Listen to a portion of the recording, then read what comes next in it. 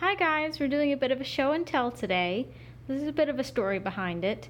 This past, end of the week, I was back visiting my family for Thanksgiving, and this gorgeous, gorgeous china was waiting for me.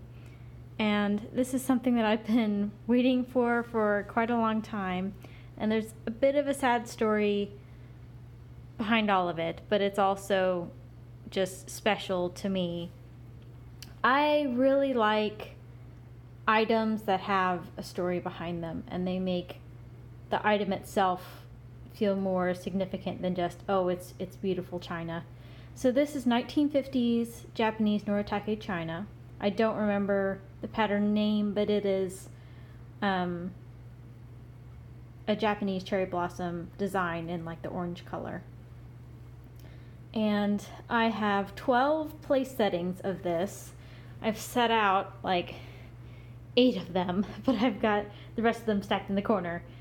But yeah, I have 12 place settings, and this china was originally purchased, I believe, by one of my great uncles and sent to my great grandmother during the Korean War. So several of my great uncles and my papa were sent over to Korea during the Korean War. And while they were there, several sets of china were sent back because they could order them from Japan and have them shipped back home to their families. So this was sent to my great-grandmother.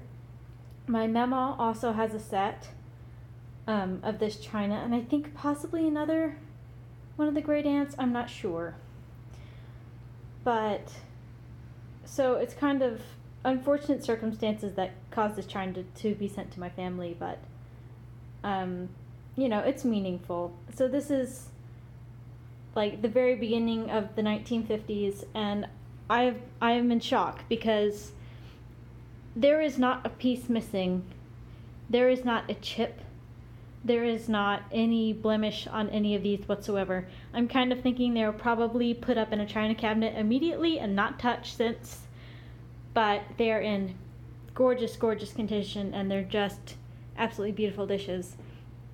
So when my great-grandmother died, these dishes were inherited by my mother's cousin, and when she passed away, she wanted these dishes to come to me, and unfortunately that has come to pass, and now these dishes have come to me, and I am very grateful that she wanted me to have them, and I think that they're absolutely beautiful. And I do intend to use these dishes for special occasions. I really do. I grew up using like fancy china on occasion, and I really enjoy it because it's one of those, it just makes something feel really, really special. My mom used to pull out her fancy china that she inherited from her grandmother, I believe. And she would make like all these fancy little tea things, and we would enjoy sipping it all out of like all of the fancy china cups. And it was just special and fun. And I remember her pulling it out one time for Thanksgiving because we couldn't go be with the rest of our family for Thanksgiving. We had to have Thanksgiving at home. And so she's like, well, we're going to make it special. And she pulled out all of her fancy china. And her china is actually Depression ware. It's the china that they would include in a big sack of sugar or flour. And so over the years of buying sugar and flour in large quantities, you could collect an entire set of Depression ware. And so that's what my mother has, is her grandmother's Depression ware. And it is also very pretty and still in really good condition, even though we occasionally used it. So yeah, I really enjoy dishes that have a story behind them, and these are especially beautiful, and I'm proud to have them. Hopefully I don't break any of them, because that would just be really sad, but I got them all out of the boxes and I set them out so I could look at them, and I'm gonna have to get something to store them all in so that I can enjoy looking at them still. So I've got, these are 2 serving platters and a serving bowl, an additional serving bowl with a lid. I absolutely love dishes with lids. I think it's the best thing ever But yeah, serving dish with a lid, and then you have your sugar bowl obviously with a lid, and your gravy boat and your creamer, and then 12 full place settings. So you have I've stuck the dessert plate under here because there's just not enough room. So dessert plate, and then the saucer and teacup, and all of those are here. Like I have all 12, and then you have the large dinner plate, and then kind of like an appetizer size plate, and a large bowl and a small bowl. And like that's just a place setting. So like there's gobs of dishes. But they are so beautiful and I love them so much. And I figured this would be a good opportunity to show you a picture of my papa. So he's in the middle. This is like roughly 1950s, like 1950-ish. And this was right before he went over to Korea. And he's with his, I know it's his grandpa, maybe also his great-grandpa, I'm not sure. But that's them. And I just love his clothes so much. And like that is 1950s right there. But yeah. I love dishes with a story.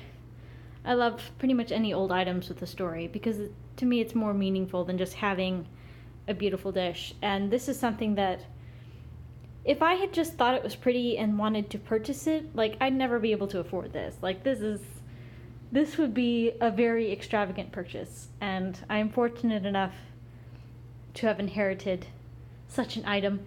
So I need to keep it in good condition so that I don't devalue it simply by owning it. But it is beautiful, and I'm happy I have it. Because my standard dishes are these, which I love because they have strawberries, and strawberries are my favorite.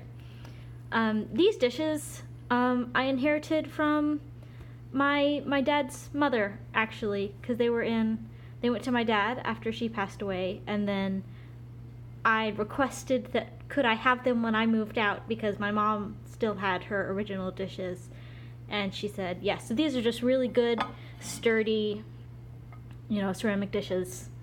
I think they're JCPenney, but I just love them, and they make me very happy. And I don't have a full set of these because these were everyday use dishes. So several of them have broken over the years, and so I don't have a complete set. But I have several serving dishes and everything in this pattern. And I love it. Like, I think it's just great. So, yes. I look terrible. We drove pretty much overnight to get home because we stayed for lunch on Sunday after church, and then we came home. And it's like 13 hours. So we got home at 3 o'clock in the morning and just tried to sleep as late as we could till my husband had to go to work. So we're kind of tired. And I haven't even combed my hair. I'm still in my house coat. But I was, at least I'm unpacking, right? I'm unpacking the fun stuff. So there's more to unpack, and there's more that I'm probably going to show you that I'm unpacking. So possibly another fun show and tell in the future. We shall see.